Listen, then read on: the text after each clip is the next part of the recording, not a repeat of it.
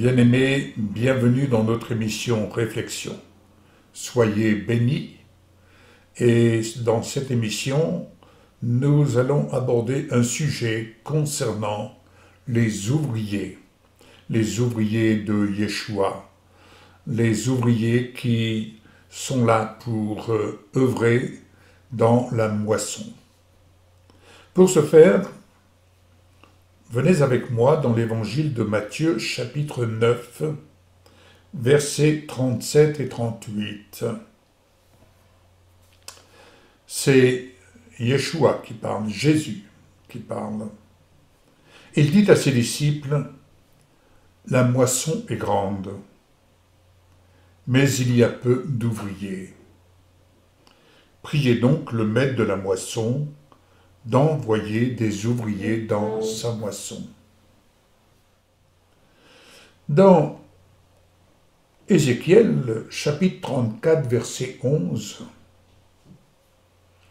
le Seigneur parle, l'Éternel parle. Et il dit, « Voici, j'aurai soin moi-même de mes brebis, et j'en ferai la revue. » Vous pouvez lire la suite de ce passage, Ézéchiel 34, 11. Alors, quand nous lisons dans l'évangile de Matthieu, chapitre 9, si nous lisons à partir du verset 35, nous avons une démonstration, un enseignement, une instruction, une indication quant au caractère de l'ouvrier, du véritable ouvrier. Je parle de l'ouvrier qui est décrit ici par le Maître lui-même. Il nous est dit, Jésus parcourait toutes les villes et les villages. Il enseignait dans les synagogues, il prêchait la bonne nouvelle du royaume et guérissant toute maladie et toute infirmité. Guérissant toute maladie et toute infirmité. Bien. Ça, c'était la démonstration de Jésus. Il démontrait ici ce que devait être le véritable ouvrier. Il n'a pas changé. Il est le même hier et aujourd'hui. Les ouvriers que nous sommes devons avoir l'humilité de nous remettre en question le cas échéant et de nous poser la bonne question. Je reviens par rapport à une émission précédente, la question qui m'était posée et que le Seigneur vous pose certainement à vous aussi. Sais-tu qui tu es? J'ajouterai, sais-tu qui tu es en véritable ouvrier? Es-tu ce véritable ouvrier? Poursuivons. Verset 36. Voyant la foule, il fut ému de compassion pour elle, parce qu'elle était languissante et abattue comme des brebis qui n'ont point de berger. Oui, Ézéchiel 34, verset 11, Jésus a déjà tout prévu, car l'Éternel dit, « J'aurai soin moi-même de mes brebis et j'en ferai la revue. » Comme on dit, c'est une grâce que de servir le Seigneur. Mais voyant la foule, Jésus était ému de compassion. Avons-nous cette compassion? Avez-vous cette compassion? Quand je lis ce verset, il y a peu d'ouvriers. J'ajouterai, il y a peu d'ouvriers véritables. Oui. il y a peu d'ouvriers véritables. Il y a beaucoup d'hommes et de femmes qui servent le Seigneur et qui sont dévoués, qui veulent servir, qui apprennent, qui font beaucoup de choses. C'est bien, il n'y a pas de problème. Mais arrêtons-nous un instant, réfléchissons, prenons le temps de réfléchir. Nous avons eu dans notre vie des pères qui nous ont marqué, imprimé le témoignage que Dieu leur rendait. C'est-à-dire le témoignage que Dieu rendait à la parole qu'ils prêchaient, qu'ils annonçaient. Alors, arrêtons-nous un instant. Luc 15, versets 11 à 22. Vous connaissez cette histoire. C'est l'histoire du fils perdu. Mais permettez-moi de vous amener sous un autre angle. Ce fils perdu, ce n'est pas simplement une personne, mais ce fils perdu, vu sous un autre angle,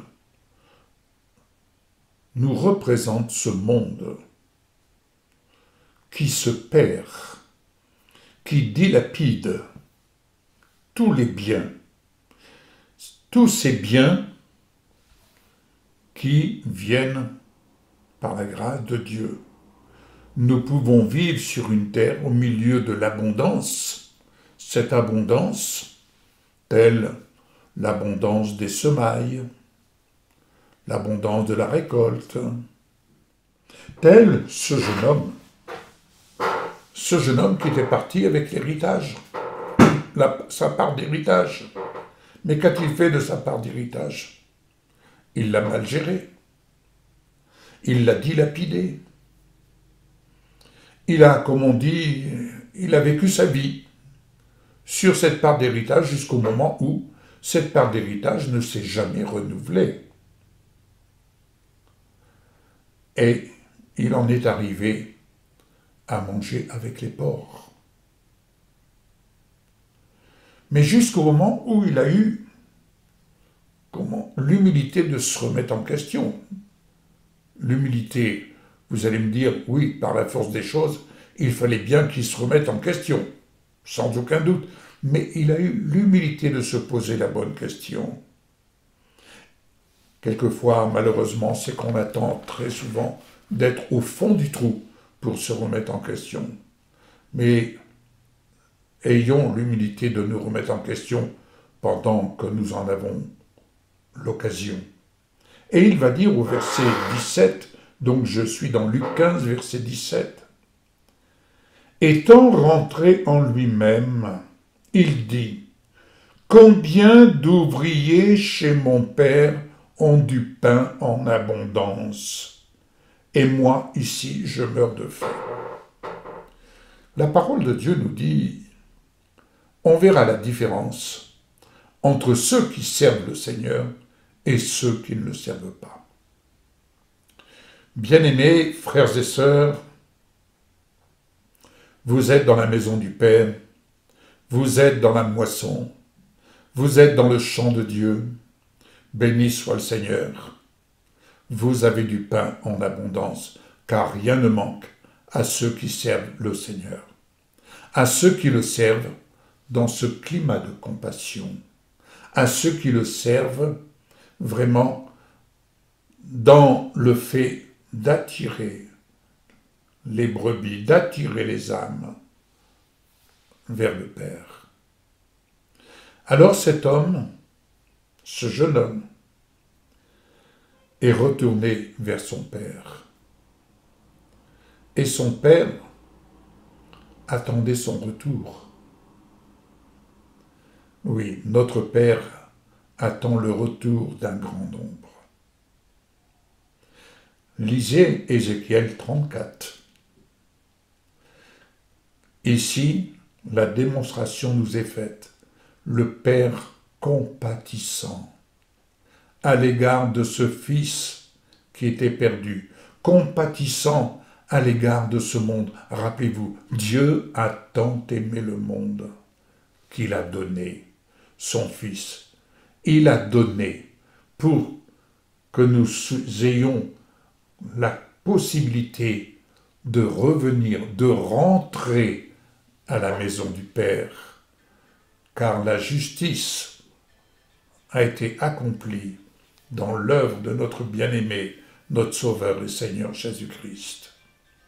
Ainsi, le Fils, ce Fils qui était perdu, ce monde qui était perdu, ces âmes qui sont là, perdues dans ce monde, lorsqu'elles rentrent en elles-mêmes, peuvent alors se dire « Il y a des ouvriers dans la maison de mon Père qui ont du pain en abondance, et moi je meurs de faim. » Oui, nous nous rappelons que l'homme ne vivra pas de pain seulement, mais de toute parole qui sort de la bouche de Dieu.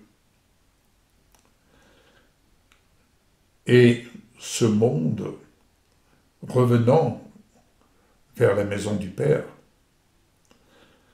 il y a le Père qui se réjouit et qui va revêtir ce Fils, qui va le revêtir de la plus belle robe, qui va lui donner l'anneau qui est signe de l'alliance de Jésus. Bien-aimé, il n'est jamais trop tard pour revenir. Il n'est jamais trop tard pour revenir. Mais il n'est jamais trop tard pour prendre ta place en tant qu'ouvrier véritable, rempli de compassion comme le Père l'a été à l'égard de ce Fils perdu, et comme le Père veut l'être à l'égard de tous ceux-là qui dans ce monde se perdent. Ainsi, l'ouvrier véritable que tu peux être, puisses-tu être inspiré par le Maître, rempli de la compassion de Jésus, rempli de la compassion du Maître.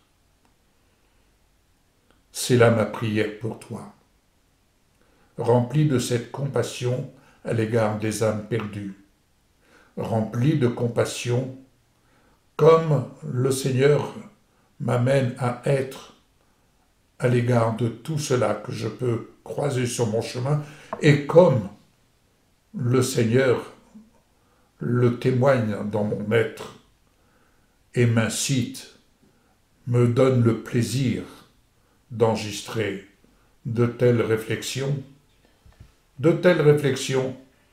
qui n'ont pas d'autre motivation que de te bénir, que de t'amener à réfléchir, que de t'amener à te poser les bonnes questions, que de t'amener à t'examiner, parce que tout simplement, Christ en toi, c'est l'espérance de la gloire. Amen. Voilà ce que je voulais te partager ce matin. Que cette réflexion t'amène à désirer être cet ouvrier, cette ouvrière véritable, rempli de compassion, ému de compassion, et ainsi entrer dans la moisson au regard de cette foule languissante et abattue. Il y a peu d'ouvriers et comme on dit, il y a peu de médecins, il y a peu de vocations. N'est-ce pas là un appel de la part de Yeshua? Veux-tu être cet ouvrier? Veux-tu être cette ouvrière? Accepte tout simplement de te lever et de suivre Jésus, de le suivre dans les œuvres qu'il a préparées d'avance pour toi. N'hésite pas à m'envoyer un petit mot. N'hésite pas à me partager ce que tu ressens. N'hésite pas à me dire ce qui t'interpelle. N'hésite pas à me donner de tes nouvelles. Je lirai tes nouvelles avec attention. En attendant, sois béni, et à une prochaine émission. Au revoir.